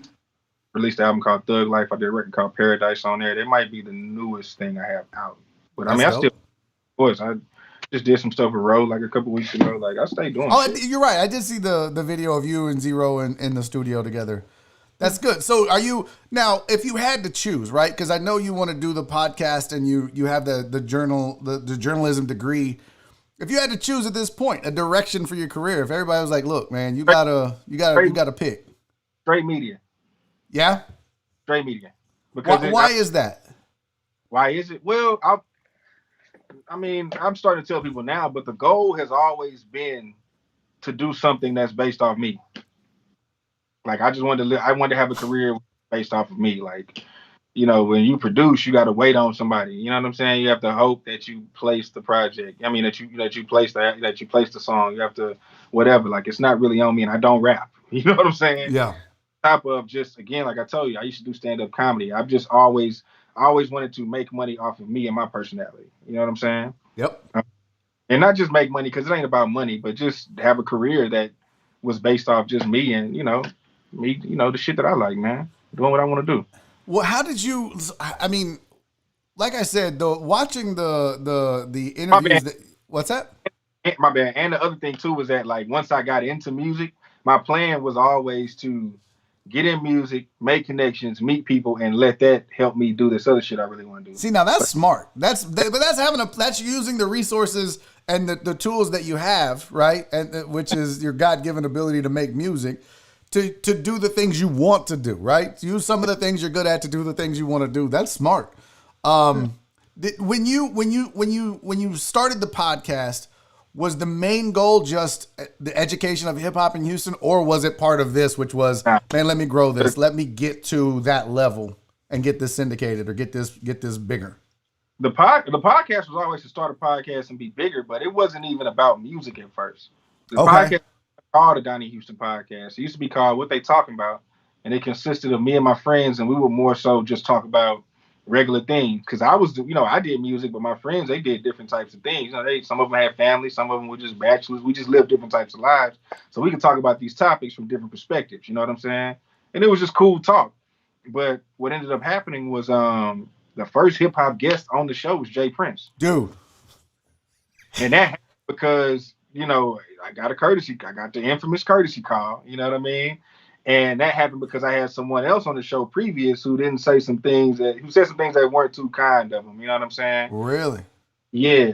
And he just called me and he was just like, I heard this is what's out here and I want to come on in and clear it up. If they want to go to war, I'll take them to war. Yeah, bro, listen, there's a lot of people that I would talk shit about. There's a lot of people I would say bad things. Jay Prince is not one of them. You gotta leave that alone, man. No, that man is, not only is he royalty in this town, in this city, and in the hip hop community in general, but there are some people. I don't know if do you remember hearing the stories about like MC Hammer, about like, man, you can say what you want about Hammer, but Hammer didn't play. Jay Prince is the same way. Jay Prince don't play, man. Like that's that I don't know who that was, but that was foolish. It was. I mean, you can go back and find the episode, but it was a cat who I had to come on, and he was really just supposed to talk about just more so like the streets. You know what I'm saying? In the '80s, and that whole thing or whatever, and then it just turned into some other stuff. And but yeah, so we had that particular hip hop guest, and still went back to doing regular shit, but it was like over time, my guys, they had their own lives, they had families, and so it became a thing of like I would be the only one that could kind of more so make it. And then we would just have, more hip hop guests. And then one day it clicked. I'm like, I've really built a whole like name for myself in music, and I don't even fuck with it. I don't even talk about music on my shit. You know what I'm saying? Yes. At some point, it was intentional. Like I want to intentionally do something different. I want to, but you can't stray away too far from shit like that. You know what I'm saying? So It was like, I just noticed once I started talking about music, I was like, I'm a music guy. People want to hear me talk about this shit. You know what I'm saying? Yeah. People, well, I mean, I was impressed with the education that you gave just in the one video with Dev Lemons, and then you have you bringing in other people and providing that education even further. And I wanted to ask you this because I saw the quick little interview you did with Bun B, and which I thought was cool of him to help you promote the podcast. That was a nice little plug from another legend in this city, which also shows the stroke you do have, Donnie. Let's be real. Come on now. Listen, all right? If you can get Bun to interview you, y'all need to respect my man Donnie out here, okay, in these streets. But you mentioned the Jay Prince interview, and I was like, ooh, I haven't seen a lot of interviews with Jay Prince. And I mean, I know the legend of Jay Prince. Like, that's why I said, why would you even say anything about that man? If that's how you felt, keep it to yourself. But were you nervous to interview him? I would have been more nervous if the energy wasn't what it was. Okay. When he called me, I was scared as fuck. You know what I'm saying? I love it. You can admit that freely, though. That's so dope. It is what it is. You know what I'm saying? Yeah. This is someone that I've only heard about. I've never met him. We may have only been in the same room once and not even remotely close to each other. It was just, I know he's in here. You know what I'm saying? Yeah, he's here. Acknowledge that he's in the building. You know what I'm saying? Yeah. And to get a call at it's like damn near 1 a.m. on a random night. You know what I'm saying? Wow. Some things, but once he, anytime anybody, because there have been conflicts on my podcast since then, but I always never involve myself. You know what I'm saying? I don't stop anyone from talking shit. I don't encourage that. But if you come on the platform and you talk shit about somebody or you air out your grievances with somebody, it's not my place to involve myself, in the way of picking a side. Right. And I think he just noticed that. And once I was unclear that it was okay, he's not really happy, but it ain't necessarily with me. It's just what it is. So I ain't do shit. So I don't have any reason to be, you know what I'm saying? Like that's a whole lot more cool to being like, man, I ain't do nothing. You know what I'm saying? And he didn't approach me as if it was like a problem with the way I handled it. So I was, I was much more comfortable. But again, it's Jay Prince. You know what I'm saying? And it was a big deal. So that was a bit of nervousness there of like, man, this is the God, man. You know what I'm saying? This is, as far as where we come from, like it gets no bigger than Jay. Nope. You know? Especially if you're talking about hip hop. So just the honor of having him in my spot, you know what I'm saying? Dude. Like early on, man, for starting a show, like you literally hit the pinnacle. If part of what you're trying to do is tell the story of the Houston hip hop culture because we don't have the sources down here like you literally could not have gotten off to a better start, right? I mean, that was, and I'm not even done with it. I was watching it while I was prepping for this show, and I was just, because again, you're talking about where my education started. I mean, like I told you, man, I started with Rap-A-Lot in the beginning, right? Like I remember when they added, I'm gonna blank on his name, to the Ghetto Boys. right. Yeah, I remember, and I was like, oh, that didn't sit right with me, right? Like I don't know, I was so old school. I wanted it the way that it was. But I respected what this city was doing, and literally that man Jay Prince built all of this. Like he literally, because he talked about it in the interview when he had the book Respect, when he was coming out with it, and he talked how the publishers wanted to give him 20% and keep 80% of his story, and he was like, no, I'm gonna do it independent. And he even said, there you go, I've laid the blueprint for the rest of y'all, now go write your books. It's a thing. That is legendary. Yeah, legend, man. I say it all the time. It's like, the culture of the city is like probably the screw stuff. You know what I mean? Yes. Color purple. That's a direct connection to the screw era. Anytime, yes. The Air Maxes that came out, they did the DJ Screw Air Maxes. You know what I mean? Yep. That's like the culture of the city. That's the house. But the foundation it was built on, with Screw being an independent guy, that comes from Jay Prince and Rap-A-Lot. That's the foundation. Yeah. 100%. Everything that we do here is built on what that man started, man, and you got to give it up. You know what I'm saying? You have to. And if you don't know, I mean, get the book, read the book, go to Donnie's YouTube. What is your YouTube channel? Give it to the people. Donnie Houston. If you just type in Donnie Houston, Donnie Houston TV, I think it is / Donnie I'm gonna put it on the screen real quick. I'm sorry, I'm doing this on the fly, so just bear with me here. It's at Donnie Houston TV. Yeah, youtube.com / Donnie Houston TV. All right, so we'll put that. That's the YouTube channel on the screen. But go watch the Jay Prince interview, because like you said too, when you told Bun, it's unlike any other interview he's done. It was a lot more real. There was a lot more talk. I didn't know the story about his sister. I was fascinated by that. I don't want to spoil it for everybody. It's a really good interview. And it kind of gives you insight into the kind of person that Jay Prince is and how self-made he is, which is why everybody respects him so much. Definitely. Okay, we got a question in the chat real quick for you, Donnie. Patrick McClellan said, ask Donnie who he thinks has the best Houston rap project / album. Botany Boys, Thought of Many Ways for me. That was his answer. Big Mo, City of Syrup. Big Mo, City of Syrup. Okay. Yeah. I dig it. So I saw a petition online, Donnie, and this is really more about the journalism aspect of it. When 97.9 went through the changes, I saw, because I was looking for a picture to put on the thumbnail for this live recording and then video later of you. And I was like, what? There was a change.org or something like that. There was an online petition. I was like, what is this? And it was a petition to get you on 97.9 in the morning. Yeah. Now, is that something you're open to, radio? Is that something you've always wanted to do or would do? I've always wanted to do it, but I mean, they haven't hollered at me. You know what I'm saying? And at this point, like that was started with my friend Devin. Shout out my boy Devin. One day he just started a petition. You know what I'm saying? And people signed the shit. That shit might have had like 1,000 signatures or some crazy shit like that. It did. It had 1,023. Yeah. So that's dope. That took me. I'm surprised by all of that, but. I did want to do radio, and I still want to do radio. I don't know if I want to do local radio. Mm-hmm.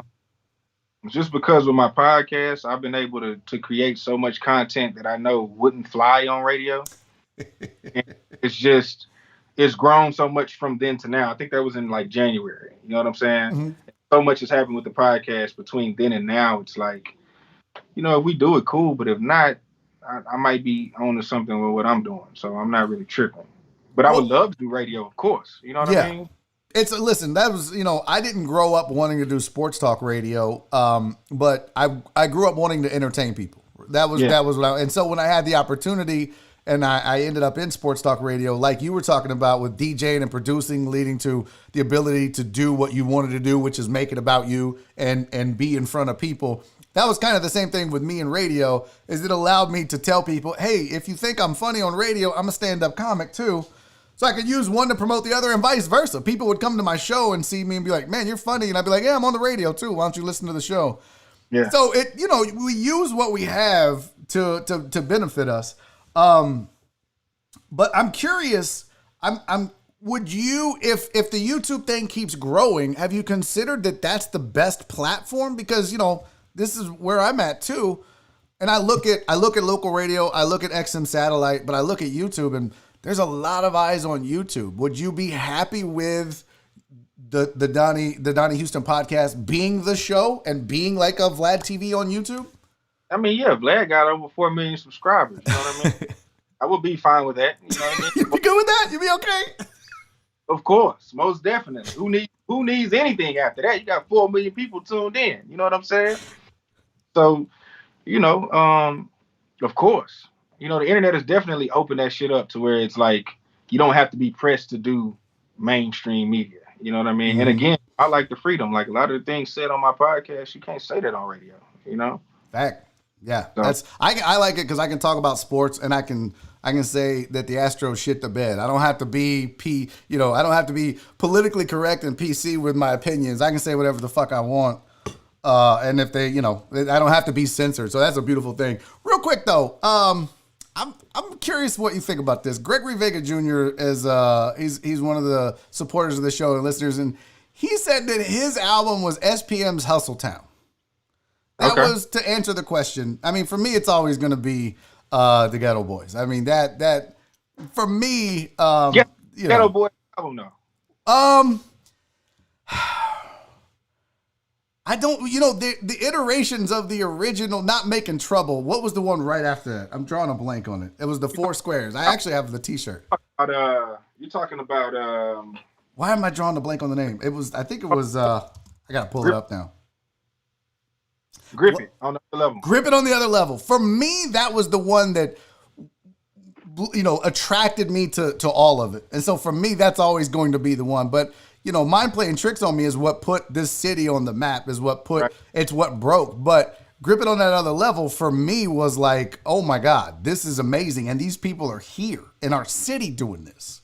Yeah. So, but that's just the nostalgia thing for me. What are your thoughts on the whole SPM thing? I haven't had a chance to talk to people in the business on the inside in the industry, but he was really popular, man. At one point, there was nobody hotter in the city of Houston than South Park Mexican. And then the underage thing and the jail term. Is there any chance that he ever recovers from that, or was there? I mean, I don't know. I know one thing I know about SPM is that he still has a very loyal and dedicated fan base, and because of, I don't know enough about the SPM thing to speak on it, but I can say that there are a lot of things, a lot of people say that it was this or it was that or it wasn't, a lot of different conspiracies and things tied to it. So, I don't know, man. It's an unfortunate situation all the way around. Yeah, it derailed a career that was just on a fast track. Like it really did. Whether the truth of it ever came out or not, it certainly did derail. And then I don't know, man. On a personal level, it made it where I didn't. If it was true, I didn't want to be rolling around bumping SPM. If that was, it's like, ugh. So I'm sure it had an adverse effect on him. Speaking of controversy, though, I wanted to get your thoughts on this with Meg Thee Stallion and Tory Lanez. She said that he shot her in the foot. Did you see Bun B's video that he released? I was actually watching it live when he was I was watching the live when it was going on. So yeah, I saw it. Yeah. That speaks volumes, I think. And you know him way better than me. I've met him like once or twice, but I think that speaks volumes about the kind of guy that Bun B is. Yeah. Well, I mean, Bun is Bun B, bro. They had a song Bun B for president for no reason, man. Like, he's gonna stand up when it's time to stand up. You know what I'm saying? And it's like, who better than the a lot of people come to speak out now, but if you don't have the first person come and speak, who better than Bun B to say, man, you know what, fuck this shit. This is what it is. Yeah. Dead wrong. And we got to say something. And you see how, the domino effect that it's had. Ever since he spoke up, everybody is speaking up. So whether you want to call it, it's a lot of people, everybody talking now, jumping on the bandwagon, whatever the case. People are speaking up now. It doesn't matter. Bun B kicked the shit off. And now it is what it is. You know what I'm saying? It was amazing. I saw Chuck D retweeted it. So I was like, oh shit, that's, you're talking about levels of it right there. And I was amazed though at how many people said she snitched. That's not snitching. I don't think you know what snitching is if you think she snitched by saying that. Yeah, you got to be a part of the streets. You got to live a street code in order to break a street code. Yeah. You know what I'm saying? She's a pop artist, dog. You know what I'm saying? At this point, like, she's a pop star, bro. She's huge. She's one of the biggest female rappers and artists, period, in the game, man. She ain't snitching, It's an unfortunate situation all around, and I hope that justice is served and this is handled the way it needs to be handled. But nah, she ain't snitch, man. You know what I mean? That's a young girl, man. That girl has been through so much on her climb to success, losing her mother. You know what I'm saying? The public ridicule, from just trying to be a young lady in the industry. You know what I'm saying? Yep. And this. So yeah, props to Megan, man. You know what I'm saying? And props to Bun for saying what. Penguin Katie in the chat said, calling a victim a snitch ain't it, gang. That's the difference. If one of her friends is the one that comes out and says, hey, and she was keeping it private and Tory Lane was keeping it private, and then, some random in their party is the one, comes on Donnie Houston's podcast and starts spilling the tea on it, that's snitching, but she was the victim. You can't snitch if you're the victim, right?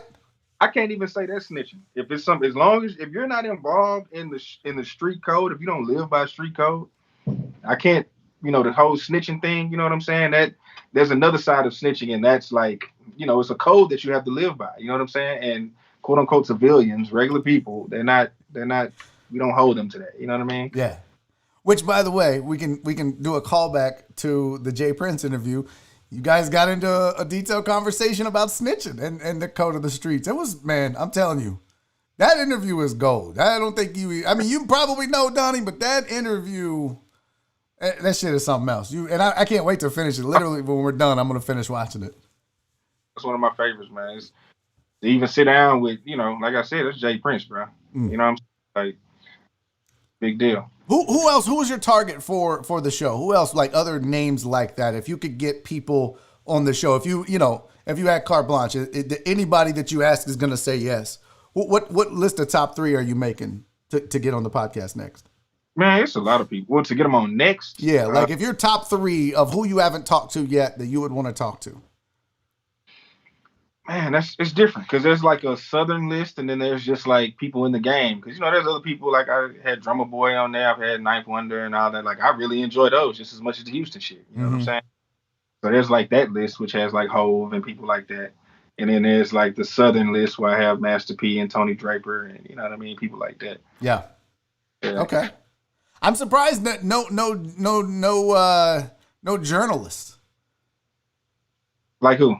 I mean, like, would you ever want to interview DJ Vlad and talk to him about what he did and how he did it? And because I mean, for me, like, I love talking to comics because I'm a comic, so I like.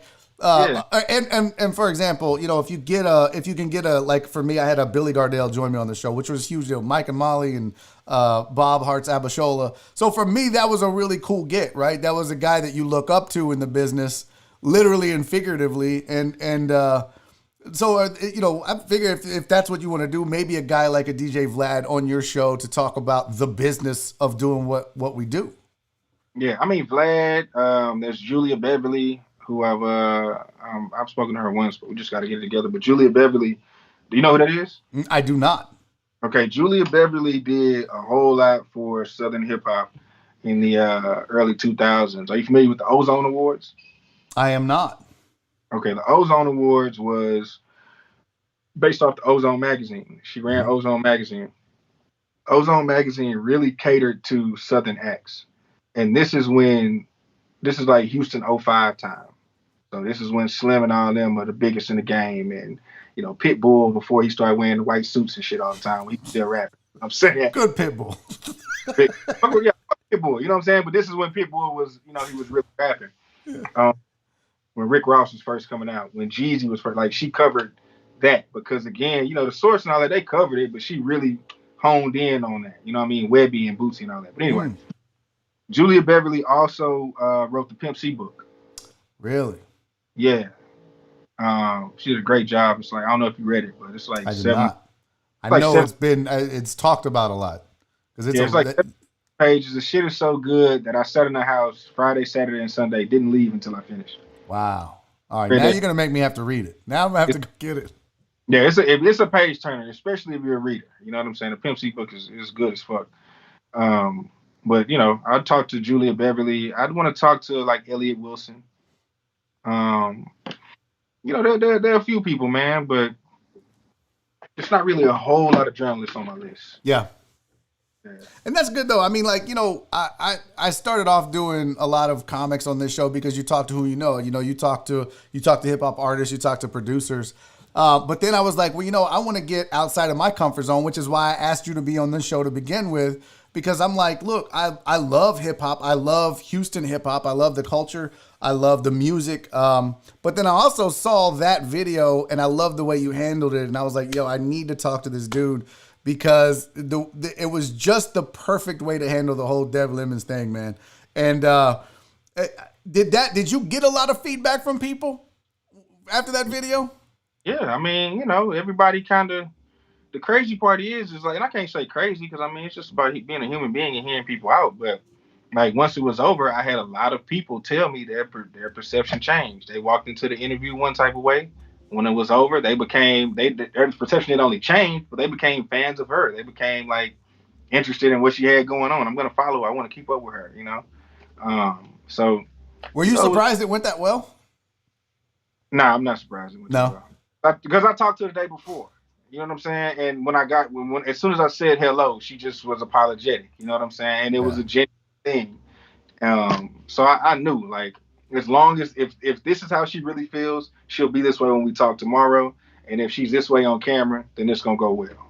You know what I'm saying? There was 2 parts where I felt like she was disingenuous. Now, there was one part where I thought, oh shit, this should be a lesson for everybody that fucks up going forward. And it was at one point when she was talking about the backlash and she said, I get it and I wanted to learn from it and I understand why people were so mad. And I forget the exact turn of phrase that she used, but she basically said, I see why everyone wanted me canceled. And she basically owned it and didn't run from it. And that's why she didn't, take down the videos. Cause she's like, I'm supposed to go through this. I fucked up. And then this is the punishment for my ignorance. And I respected the shit out of that. Yeah. On the flip side, though, Donnie, when you were trying to educate her, you were like, write this down. Go listen to this. Listen to that. She was like, awesome. I was like, she ain't going to go listen to this shit. Well, let me tell you this. Did she? 2 days later. Oh, shit. And she says, because I gave her a bunch of albums and shit. First album she texted me about. She said, hey, Donnie, I just finished Big Mellow's We Gon' Funk With Your Mind album. And I really like Afros and 84s. I really like the song Funk With Your Mind. And it was one other one that she named. A couple days later, she texts me and she's like, hey, which one of these Screw albums is your favorite? Because she's getting her knowledge from like Spotify, of course, like all kids. Yeah. So she texts me a picture of All Screwed Up. She said, I think this one is my favorite. Which one is yours? I said, well, the albums are cool, but really, I like the tapes. And I started, sending her tapes and shit. And so she's like, all right, I'm going to check this out and hit you back. So she's doing it. She's actually doing it. It ain't no bullshit. Like, she's doing it. Surprised when she texts me a couple days later. And not only that, like, the album was Big Mellow. You know what I mean? There are people in Houston who never heard the Big Mellow album, unless you come from that era. You know what I'm saying? Yeah. Patrick McClellan in the chat, Rip Big Mellow. Yeah, that surprises me though, man, because I'm telling you, the way she was responding to you making that list for her, she was like, oh, awesome. Yeah, okay. And I was like, I bet she's not even writing shit on paper. Put all that shit down. That's crazy, dude. I respect the shit out of her even more now because she was big enough to face it and then to follow up. That's really cool, man. What other projects do you have in the works, Donnie? What else are you working on? Well, man, more podcast episodes. Just trying to do it bigger with the show. I got some records coming with who and when. I don't really know. You know what I mean? Can't say yet. I get it. You ain't gonna break it here. I understand. No, I have songs with people, but I mean, when is it gonna come out? Like me telling you I have a song and you might not hear the shit 5 years from now. Yeah, that's true. Has the pandemic had an effect on what you do? Like from a producer's perspective? From a producer's perspective, not really, because for one, my focus. I mean, the truth is, bro, I still do music, but that ain't the focus no more for me. Mm-hmm. Like my focus is trying to be the best media personality I can be. You know what I'm saying? Have my platform be one of the best platforms or one of the best podcasts. You know what I mean? When you start mentioning what do you like, that's been the goal. You know, and luckily, I don't know if it's because people have been in the house, you know, in the pandemic, or if it's just been me putting this into the universe and God just allowing these things to happen. But the podcast has grown, you know, crazy over there, you know, over the pandemic time. You know what I'm saying? So, has it really? Yeah, I went from like at the beginning of the pandemic, I want to say like end of March, I was on a campaign of like, let me get 1,000 subscribers so I can monetize my shit, and I think it's over like over 5,400 now.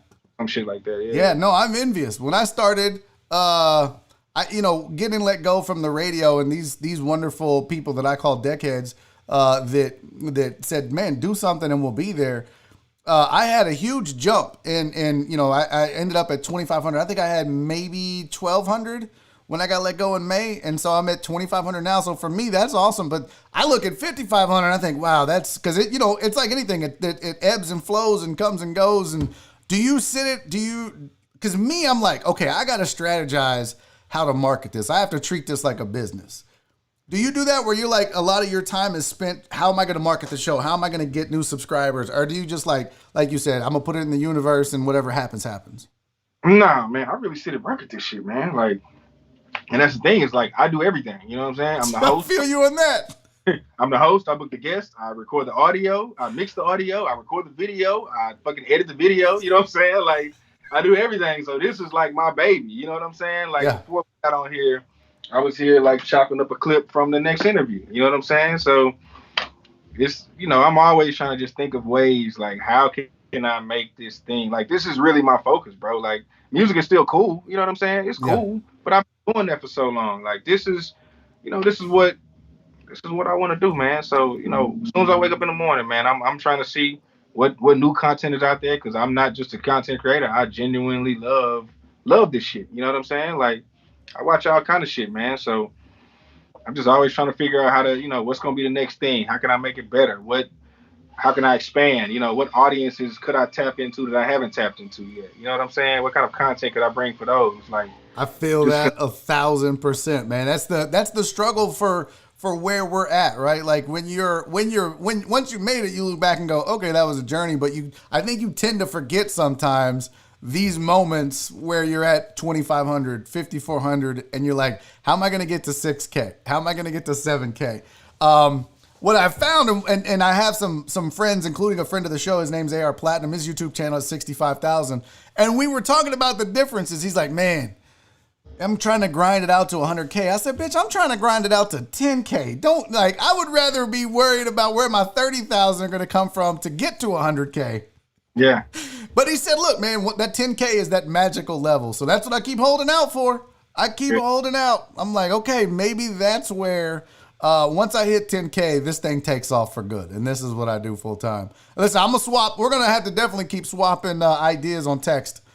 Yeah, sure. Helping each other out. If I figure stuff out, I'm happy to share any secret sauce that I have with you. Yeah, likewise, man. Likewise. Well, listen, so you have the YouTube channel, youtube.com, Donnie Houston TV. Where else can people follow you if they want to follow? So check it out. You can subscribe to the podcast on Spotify, Apple Podcast app, and SoundCloud. And there's actually more episodes there because I just started doing video like this year. And the podcast has been around for a couple years now. So you can get like the original Jay Prince interview on there. The Johnny Binder that led up to that and kind of hear all that. And then there's the Lil Troy interview on there. There's a Lil Flip interview on there where he freestyle 20 minutes at the end.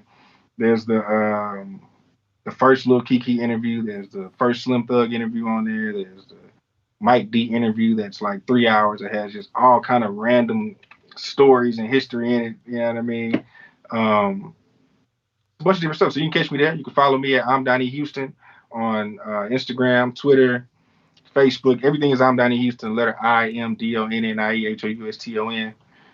But yeah, man.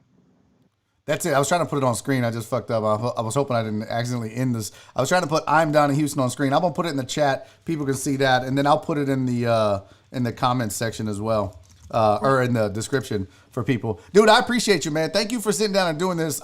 You got a fan in me.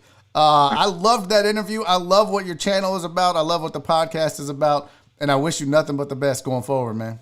Thank you, man. Likewise. All right, you guys go follow Donnie Houston.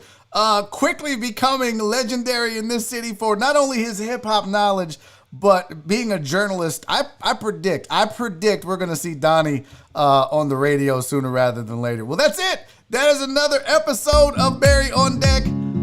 Thank you guys for being here, man. This was, what the hell happened to my camera?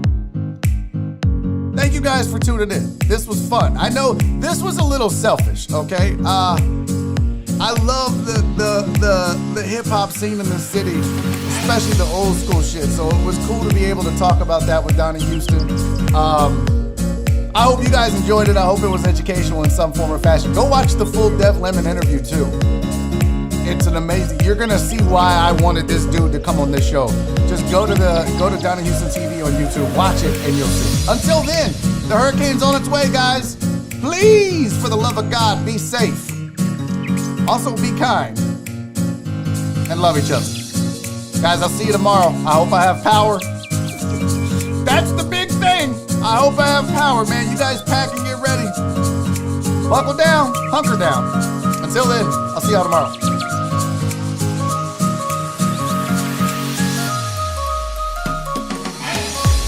Daddy's making a YouTube video!